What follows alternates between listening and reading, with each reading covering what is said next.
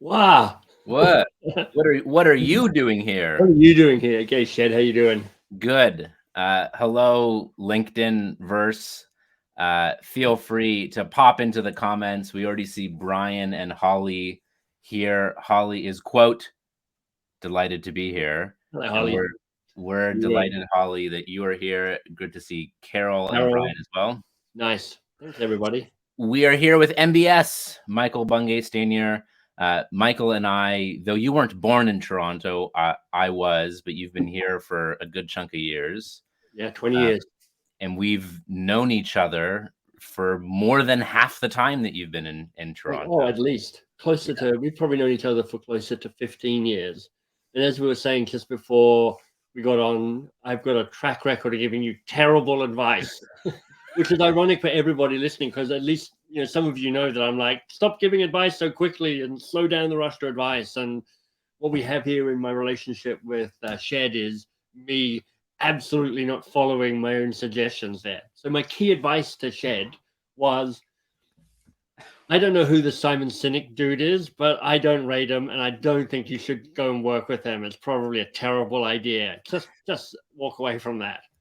Luckily, Shed was like, "You're an idiot, Michael. I'm going to go off and have a really good number of years working and learning and championing Simon's work." So thanks for role modeling so beautifully how bad advice is so much of the time.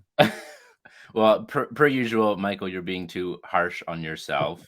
But Michael and I mean, you've been a friend, you've been a mentor over the close to 15 years that we've known each other. Yes, you have given me some advice, but you followed the number of times I've heard your voice in my ear and head in coaching calls or in pivotal conversations with friends or family or clients, and I hear just a whisper from your TED talk, stay curious a little bit longer. Oh, that's nice. Well, I will give you credit that you were curious. Could you have Yeah. been curious for longer? Maybe.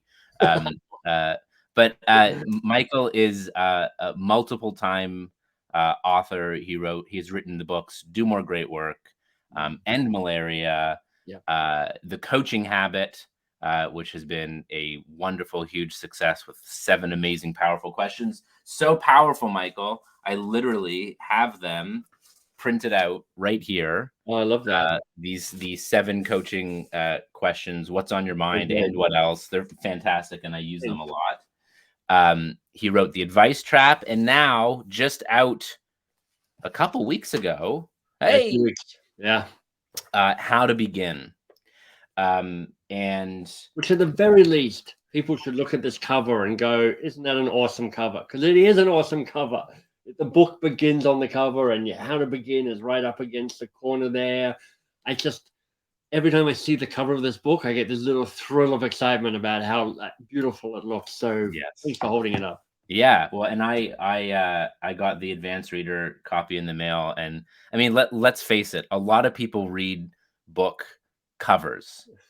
That's right. And so you provide value on the very cover of the book.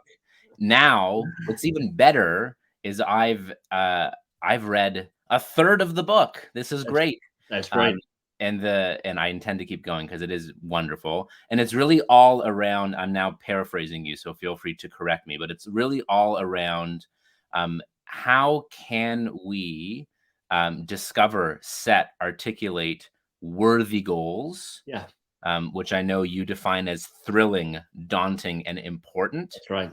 And then how do we build a tribe around us? How do we Yeah. commit? How do we actually make progress with these life, career, and dare I say, humanity changing goals? And so, I mean, I'm going to let you set it up and Right. just share with everyone here that instead of just talking about it, Yeah. Michael has graciously offered to coach me live through setting and articulating and advancing one of my Right. worthy goals. That's exactly right. So I just want to say hi to all the people coming in: Carol, Barry, Alejandro, Joe, Jessica, Aki, Joe, Manuela. So thank you all for being here. Just out of curiosity, I also want to know just where you're all coming in from. So if you haven't done this already, in the comment, just say I'm coming in from Toronto, and Toronto for Shed and me, but you're probably coming in from somewhere warmer and nicer and less snowy. So let us know where you're there. Hi, Tamar, as well. But yeah, the most predictable, the most kind of tangible thing about this book is about setting worthy goals. But there's some things beneath it that I want to just point to, because it's like, well, for the sake of what do you want to set a worthy goal? Well, here's what I want. I want you to claim your ambition for yourself and for the world. I want you to find that place where you're like, this is how this lights me up, gets me going to be the best version of myself. But also, how does it contribute to the beatitude of our world? Because our world is, a bit messy right now.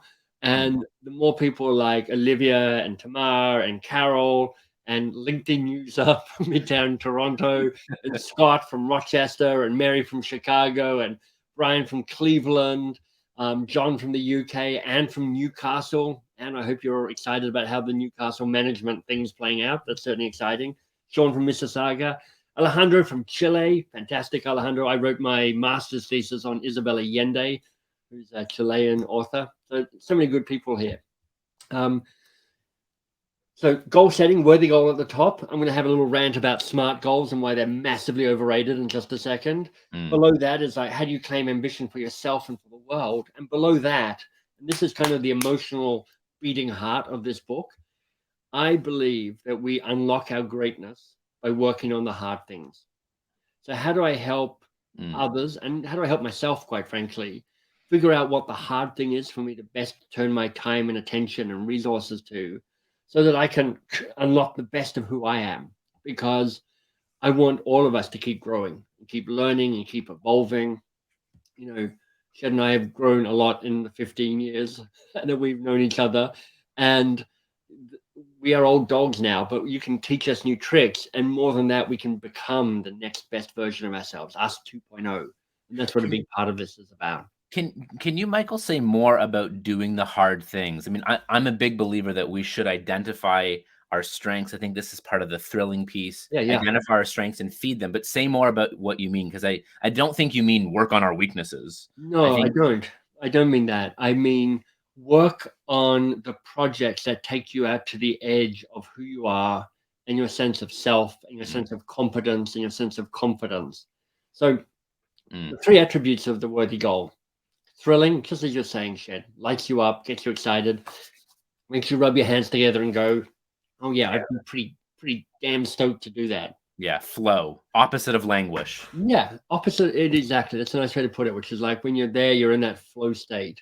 But it can't just be about you. It just can't be about what you care about. I want it to also be going, how does it give more to the world than it takes? That's the important bit.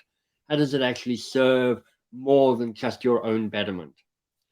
And then the third element, and this is really where you're kind of connecting with this, which is like, how does it be daunting? How does it take you to the edge of what you know, so that you can learn, so you can create new neural pathways, so you can see the best of yourself being demanded to come forth? Like you say, it's not working on your weaknesses, but it's working on the edge of your competencies. Yeah, that grow stretch zone. So you're actually growing as a human as you're Exactly. engaging in the goal. Yeah. Yeah, you got it. Yeah. And when I started to try and write this, I didn't really think I was going to write this book. I certainly didn't think I was going to write about goals. I was trying to write more about behavior change and how do we change and evolve. But somehow, having struggled through a couple of really bad drafts of the book, I found this idea: we unlock our greatness by working on the hard things. So it took me to, well, how do you find the hard things? How do you set goals? And so this is my rant about SMART goals. Because Yeah. if people know anything about goal setting, they know two acronyms: SMART and BHAG. Those are the two things. SMART, it has its place occasionally. But when you think about it, SMART is mostly about fine tuning the goal, making it more tangible, more specific, more timely, more actionable. And if you'll pardon my French, the problem with a SMART goal is you just might be polishing a turd. Because if your goal isn't the right goal, it doesn't matter how smart you make it, you're just still kind of selling yourself short by going, look, I'm working on the wrong thing. Whereas BHAG, and this is better, although it's a pretty ugly acronym. I mean, really, BHAG. It's not a word that rolls off the tongue. Yeah. that speaks to this big, hairy, audacious goal. But for most of us, we hear about that in the context of organizational life. What's the big thing our organization's chasing? And I'm trying to find the middle ground. How do we say something that's personal and human sized, but also ambitious and practical at the same time? So Mhm. that's where I came up with worthy goals: thrilling, important, and daunting. Yeah. Just going to say a hi quick to Grace from LA, and Sini, my good friend from Toronto, Yes. and Marj from Saudi Arabia. Marj, I'm almost certainly mispronouncing your name. I apologize for that. Lehman from Zimbabwe, fantastic. So many, look at you. You got this international crowd, Shed. I love this.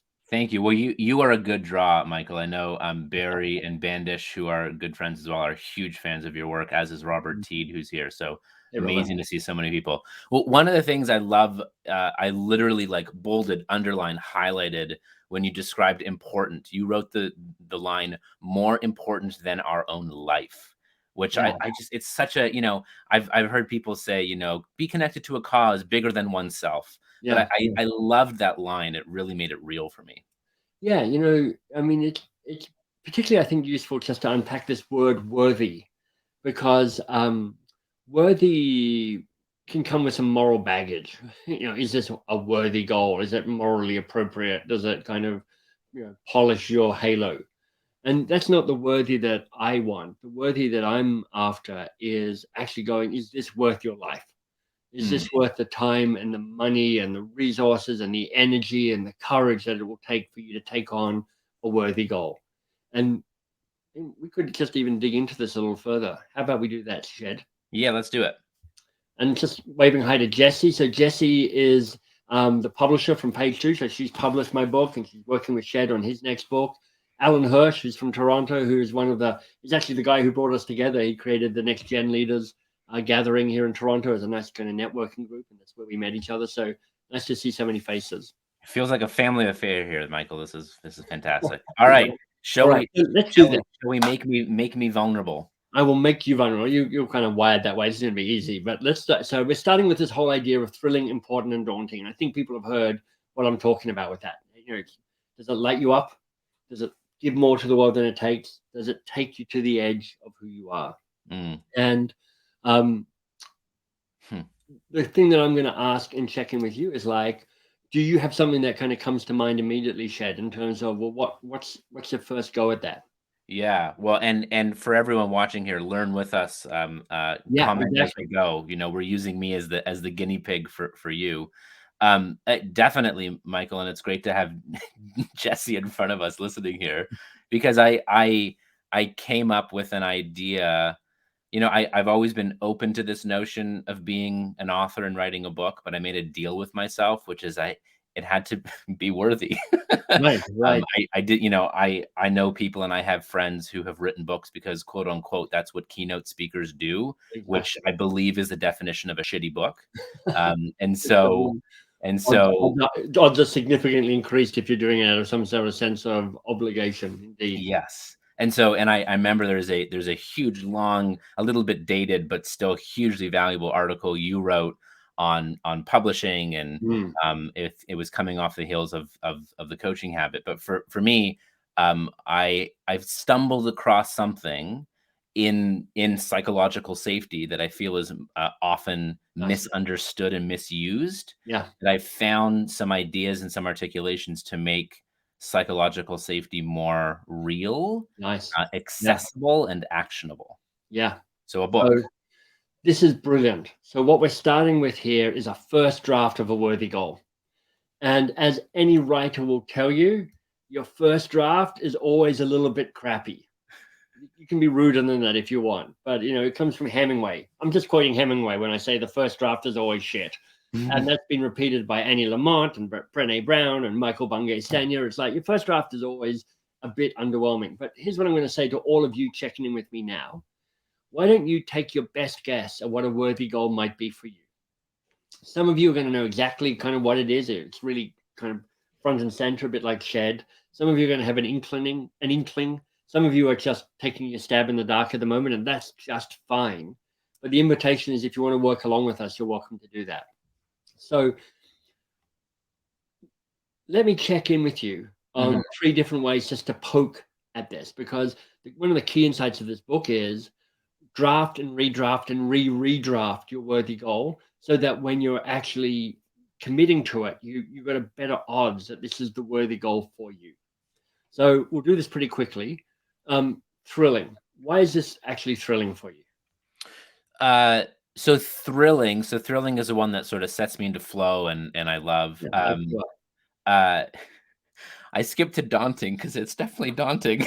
Right, yeah, perfect. We'll come back to daunting, I promise, but let's Yeah. go thrilling Uh, first. thrilling, high, and I know you use the scale of, like, 1 to 7. Yeah, It's like a 6 or 7, love it. and the reason is because I feel so passionate. I mean, this is the thing, you could wake me up at 3 AM and say, "Hey, Shed, let's talk about leadership culture and speak up cultures." I'm like, "Great, let's do it." Let's do it. And in Perfect. fact, I have been doing that over the over the Perfect. pandemic. And Yeah, we're gonna share Shed's phone number, so you can call him at 3 o'clock in the morning for that very same conversation. So watch in the comments and we'll share that.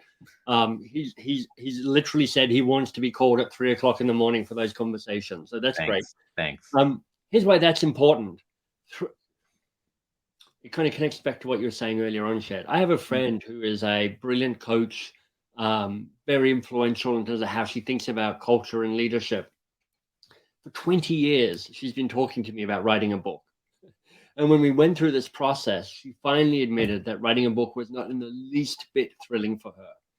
And one of the powers of focusing on thrilling is that it helps you move aside this idea of I should be doing this, I ought to be doing this, I'm obliged mhm, to do this. It's appropriate now that this is the thing you do if you're in this position right now. And thrilling mhm. just allows you to just go, what do I care about? What lights me up here? But let's go to important now, because I actually want to go. Important is, does this give more to the world than it takes? Is it a contribution beyond just what gets you excited? So how, if at all, is this important, Shed? Very important. I mean, uh, you know, I don't care about business. I care about people. We just can change a lot of people's lives for the better Great, when we make work better. And it great, always, spreads positively to their other relationships. So hugely important.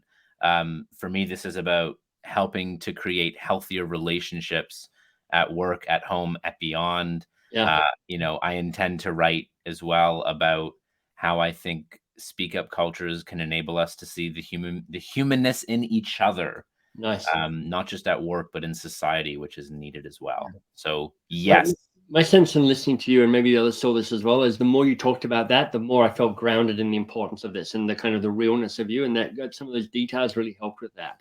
yeah. Let's just check in on the third thing, the dauntingness. Is this really daunting for you? Yep. It's so funny, Michael. I'm like listening to my tone of voice between the through. Yeah, The yeah, thrilling is yes, it exactly. lights me up. Important, like I feel grounded. And And then when I daunting go sounds into like you were just castrated. Kind of like we hit a sort of like soprano sound there. It's impressive. yeah, thank you. But all right. So look, let's poke at this a little bit. And I want to share for three tests that can use to kind of like hold up and kind of go a little deeper around the thrillingness, the importance, and the daunting. So the first test is called the spouse-ish test.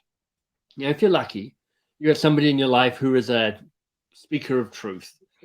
They know you, they've heard your jokes and they still laugh at some of them. They know your patterns, they know your ambitions, they know your back. They're kind of like they're really present to who you are in your kind of full, messy, glorious humanity.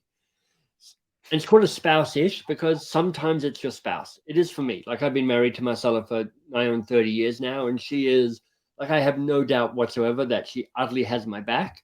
And I also know through experience that she'll take a red pen and plunge it repeatedly through my heart if she's not impressed by what I'm doing. So I can trust her to give me the lowdown on it. But not everybody has that spouse. So some of us aren't married, some of us don't have a spouse, some of our spouses aren't that person for us.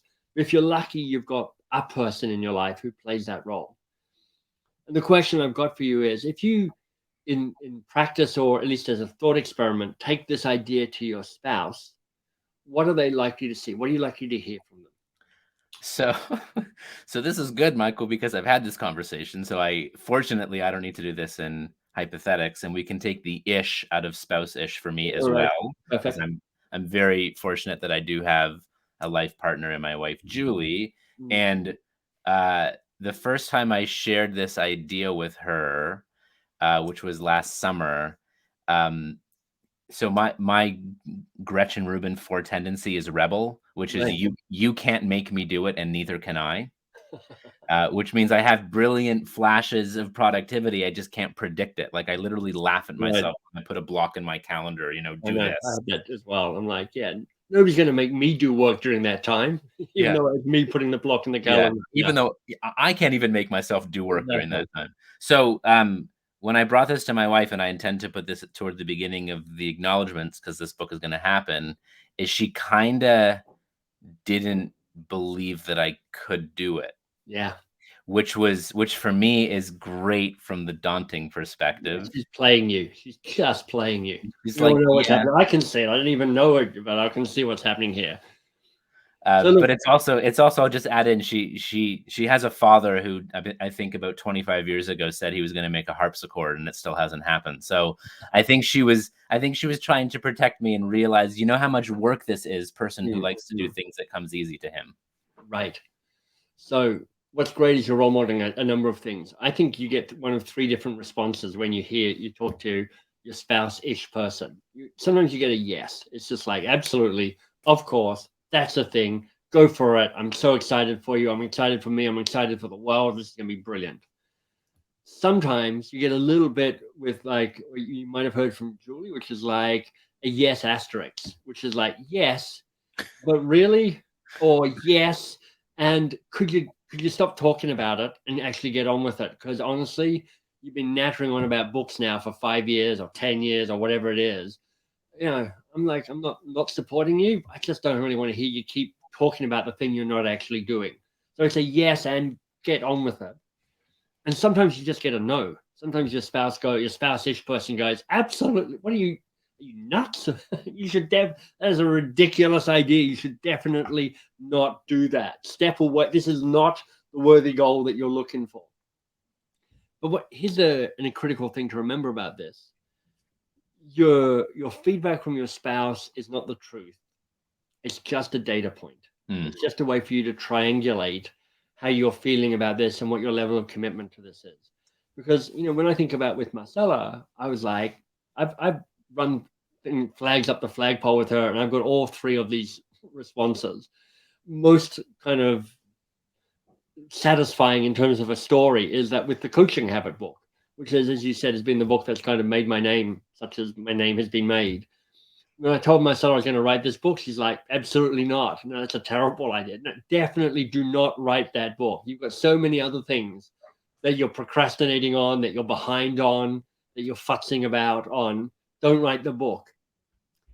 To which my response was, I am definitely writing this book. No, thank you for that. That's got become crystal clear. I'm writing this book.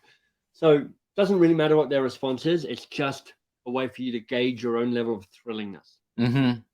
The important test is the next one, the FOSO test, for the sake of. Yeah.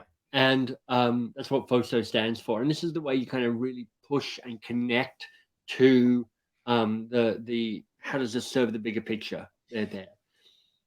And sometimes it's really clear, and you kind of started this for us already. Yeah. Um, but it's like, okay, for the sake of what would you put yourself through a challenge of months and of time and of self-doubt and of difficulty to do this work? So Yeah. let me check in with you on that. And I know you've already articulated a bit, but give me the grounded answer to for the sake of what are you doing Yeah. this? I mean, this is my lived personal experience. I mean, there have been times where I have stuck my neck out and spoken up to friends, to colleagues, to Mhm. clients, and it's gone marvelously well, which means keep doing it. Yeah, yeah, And there have been times in my life, career, friendships, colleagues, relationships where I've spoken up and it's gone gloriously awful. yeah. And That's I've why we seen didn't speak for 10 years. That it, one moment where you it was broke my eight. heart, It was betrayed eight. me. Yeah, Yeah, yeah. 8.5, whatever. We're kidding. But look at us now. Isn't this Look just at us amazing? now. Exactly. Yeah. The So start it's of friendship. My heart is still broken, you bastard, but no matter. so uh for the sake of what? It's for the sake of us being able to bring our whole selves to work and feel good about it. and it's good for business. Okay. If I bring myself, if you can get more people to bring their whole selves to work, so what? What happens then? Um, we are healthier Mm, as individuals and as organizations. And when we have cultures in which it's safe and rewarded speaking up, we get the best ideas. We right. hear concerns so that we aren't missing opportunities or leading to failure or even disaster. Yeah. And that it's actually safe to disagree Yeah. for the sake of better outcomes. Yeah. Nice. I'm making this up, Shed. I don't really know. It feels like there's more here to kind of ground to Oh, point cool. at. It feels like it's still um it hasn't quite landed. Mm, I get the thrilling immediately. mm. This I feel like we're close, but there's feels like there's just a little more to land. But like I said, I'm just making that up. I got nothing to base that on. But I can share a couple more things that might make it even more important. in 2 or 3 sentences, no more, give me the quest at the heart of this. Two things. One, I grew up with a speech impediment and stutter and felt voiceless when I was a kid. Yeah. I now love helping people give and share voice. Right. And the other is just feeling the life that can come when you're in healthy relationships and the Mm, life sucking that can come that I've experienced and seen others experience when we don't have it. beautiful. That feels like we've landed. Well done. Thank you for that. Thank you. Um, let's talk about daunting. So, daunting, the test is the Goldilocks zone test. So, this comes from astronomy. And because we all know Goldilocks with bears and porridge and beds and the like. Um, but in astronomy, when they're looking for exoplanets, so these are planets going around other stars other than our own. Um, exciting as it is to find another planet, it's even more exciting if it's in the Goldilocks zone, meaning not so close to the sun that the water boils off, and not so far away from the sun that everything freezes, but in that place where water is liquid. Mm, It's like the Earth is in the Goldilocks zone around our star because water's liquid, except when you're in Toronto, and then everything's frozen because it's like Jupiter here at the moment. But enough about me complaining about Toronto's weather.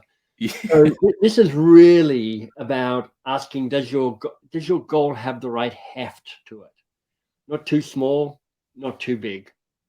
And often people get a little stuck because they shrink their goal down. They smart goal it, so it just becomes really tactical and tangible and small and too easy.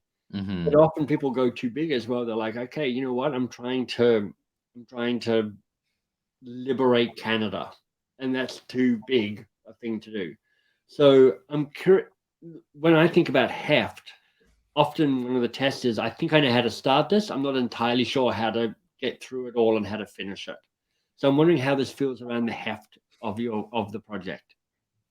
It feels Goldilocks to me in the Yeah. sense that it's easy for me to go to community and then build thriving business and then and I can get lost in that heft and Mm. just lost in the uncertainty. It also because I've been fortunate and smart in not going through this process alone. Yeah, Because just because it says MBS on the cover doesn't mean you did all of this on your own. correct. There's a nice, it feels realistic and Mm. accomplishable because I have amazing people that I'm working with to support me in making it great. And we'll just acknowledge that you're saying that only because Jesse, the co-owner and founder of Page Two, is listening in. So this is just clear. What we're seeing here, everybody, is politics. We're just watching how Shed is sucking up to Jesse and doing a brilliant job at it. So I like the way you're speaking up around that. So This nicely is done. this is more of your bad advice, Michael. Thank you. That's more of my bad advice. Yeah. Thanks. All right. So where I ask people to write a second draft is, and this is to everybody who's listening in, playing around with this, is I ask two things. One is I go, has shining those three tests, the spouseish test and the FOSO test and the Goldilocks zone test, has that helped at all in terms of thinking and refining your thing? And then the second thing is around making an active second draft. And let me just teach you about that for a brief moment. It's one of the paradoxes of our brains is that if we spend too much time thinking about the outcome, we actually lose motivation to do the outcome that we're dreaming of. Mm, So actually, this whole idea of vision boards, they're less effective than we think because the brain's not that good at telling what you're visualizing inside and what you're visualizing outside. If you overthink the outcome, Shed, if you spend too much time just imagining the cover of your book, your brain kind of goes, it's almost like you've done it. So, yeah. what? You should just relax. Celebrate. So, even though we spend all this time figuring out what the worthy goal is, that heartbeat of the book, we unlock our greatness by working on the hard things. It's not by finishing the hard things or winning the trophy. It's by working on the hard things. So you make the worthy goal an active draft by starting it with a verb, a doing word, because that is about the doing of it. That's the working of it that actually helps you make progress towards whatever that outcome might be. So here's my question for you, and I know I'm putting you on the spot, Shed, but if you had a second draft of your worthy goal, how Mm. would you articulate a second, slightly refined draft? So it might not be the best verb, but the first one that popped into mind is create. Hmm. To essentially, bring something into being. Yeah. So uh, this will still be will need refinement, but something to the effect of um uh so help me and coach me here. There's Oh, a couple things. One, I want to be able to write a book that moves me to tears mm, because I feel as though I've captured the essence and the journey, not for me, but hopefully such that it will move others to try to be better leaders. yeah. Look, I can promise you that you will cry quite a lot while you're writing this book, but that may not be exactly the same thing as being moved to tears. That's just what it means to write a book. Um, let me poke at this. Yeah. If you write a book that moves you to tears, or you create a book that moves you to tears, is that Mhm. enough? No, because that will be thrilling and daunting, but it Yeah, isn't yet important. So for me, there needs to be a service component as to why the frick am I doing this? got it. Yeah. What happens if you start trying to write this Mm. and actually the book thing falls apart, but you've created some intellectual property, some kind of insights that you then turn into a LinkedIn learning course?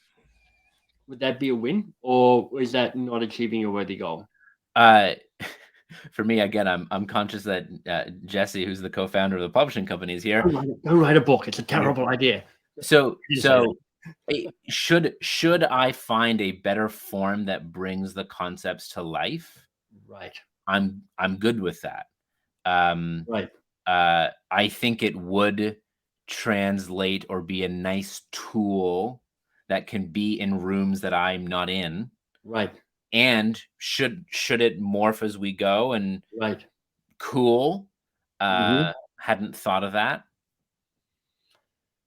Because, and I'm just, I'm just making this up. Jesse's like, no, keep on writing the book. But one of the insights that I talk to people, this is an aside to everybody listening and to you as well, Shed, but it's like one of the things that when people come to me and write a book, I'm like, you want to think hard about writing a book because it is just one way to get ideas out into the world. And it is can be really powerful. Like I think I've touched far more people through the coaching habit book than I might have otherwise. But it's also hard work and it can be a bit expensive and it doesn't always work. Mm. Um, And I just wonder if there's something interesting about a worthy goal that's more around a commitment around creating a body of thought around a speak up culture. Mm. So one of the things for me, Michael, is I used to think legacy meant I had to build a big enterprise and hire Mhm. lots of people. No. For me, legacy means, or having something that has impact means that my work can have impact without me having to be in all the rooms all the time. Right. So there's a roiling bunch of stuff going on here.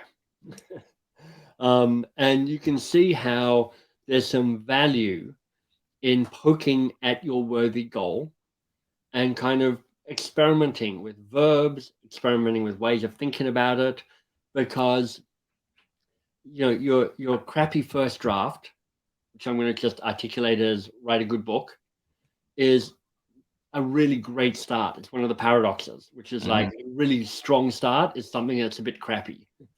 But because where the benefit comes from is sitting with it and poking at it and trying to find the way that lights you up. So let me put you in the spot. This is like draft Oh, 2.1, oh, great. which is like, all right, give me a version of your worthy goal now. Oh, this is cool. Contribute to a body of work that creates better speak up cultures. Love it. And why contribute rather than create? Well, one, there are many people already contributing and doing great work in this space. That is one. Um, uh, um, Contribute to me is more of a service oriented give. Yeah. And it came to me because am I committed to, and do I wish to write a book? Yes. Is it going Right. to happen? Yes, I want it to. Right. And I love that you're pointing me to, once I write the book and put it out there, is it done? And is there no more work to be done? Absolutely not. Yeah. I'll be working on this for the rest of my life, and there will be another worthy goal in this vein after. And it might also be that as you write the book, you're also creating the program that supports the book so that you're building an ecosystem that shows up in the world rather than just a book that shows up in the world. Although it's not just a book, but only a book. Let's say Yeah. that. Let's test where we're at with this. So in the book, we talk about the voting test. Because in all the countries I've lived in, Australia, England, US, Canada, you have to be an 18 or older to vote. So you'll see why that's important in just a minute. I'm going to get Shed to go through thrilling and important and daunting against all three of these, against his current worthy goal. And I'm going to ask him to score each one out of 7. Mm, Now, Shed, you're not doing this to impress anybody or to try and pass a mark or anything like that. This is another one of these triangulation moments for you. Is this, it's like be ruthlessly honest with yourself around where this sits at the moment.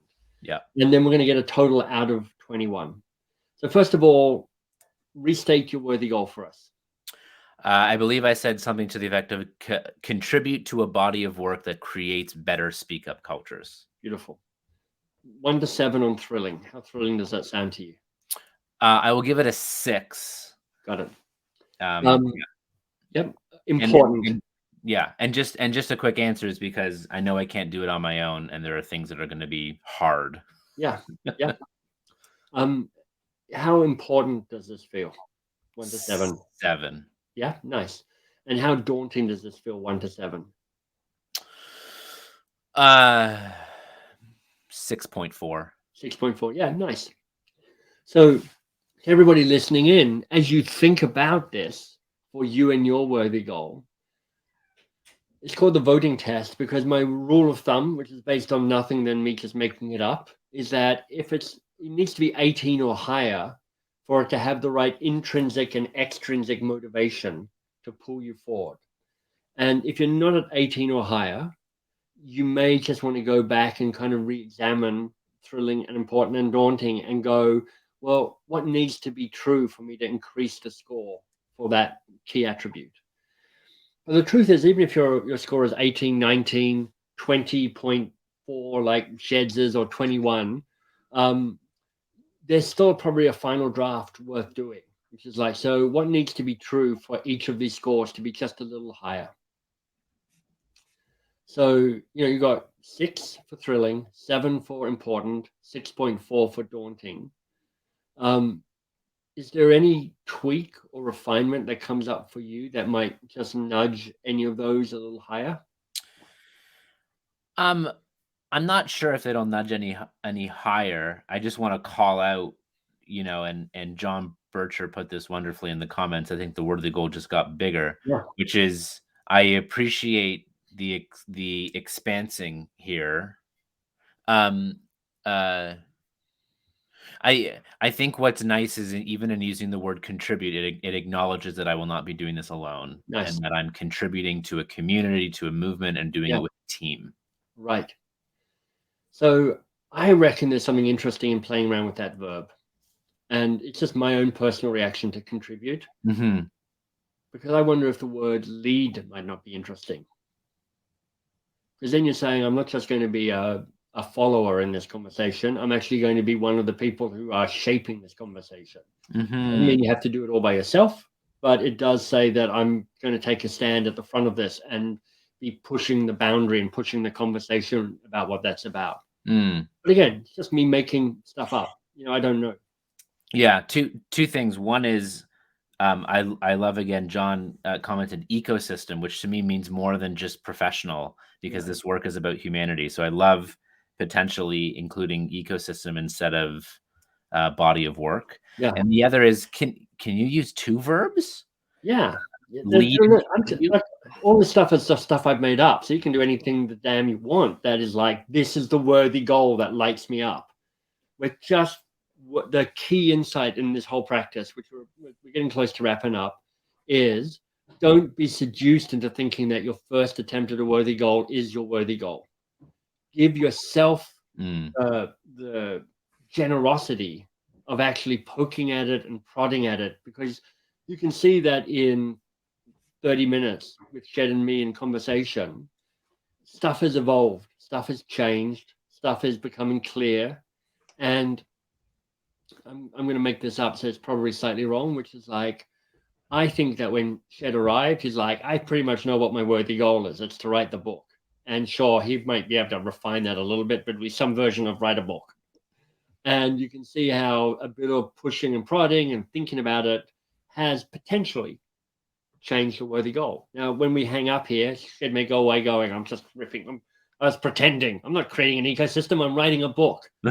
Jesse has those photos of me in a compromised position, so I have to write a book. Because I got nothing. I got no choice here. But it's having the power to just be with it and work the draft, because the third draft is the fourth draft. The more you do it, the more you create something that becomes compelling and almost undeniable in terms of, I kind of got to do this now. I have a quick question for you, Mm. which is, does the goal need to be able to be accomplished? Like when I articulate this goal, to me it seems, I mean, coming as a Simon Sinek disciple, it seems a little infinite to me, which is okay. Or Yeah. maybe there's like a worthy goal and then sub-worthy goals. Well, yeah. I you can kind of, it depends a little bit on where this thing lands.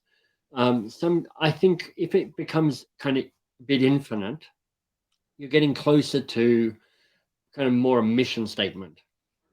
And I think the way I think of the hierarchy is, the worthy goal is here in the middle.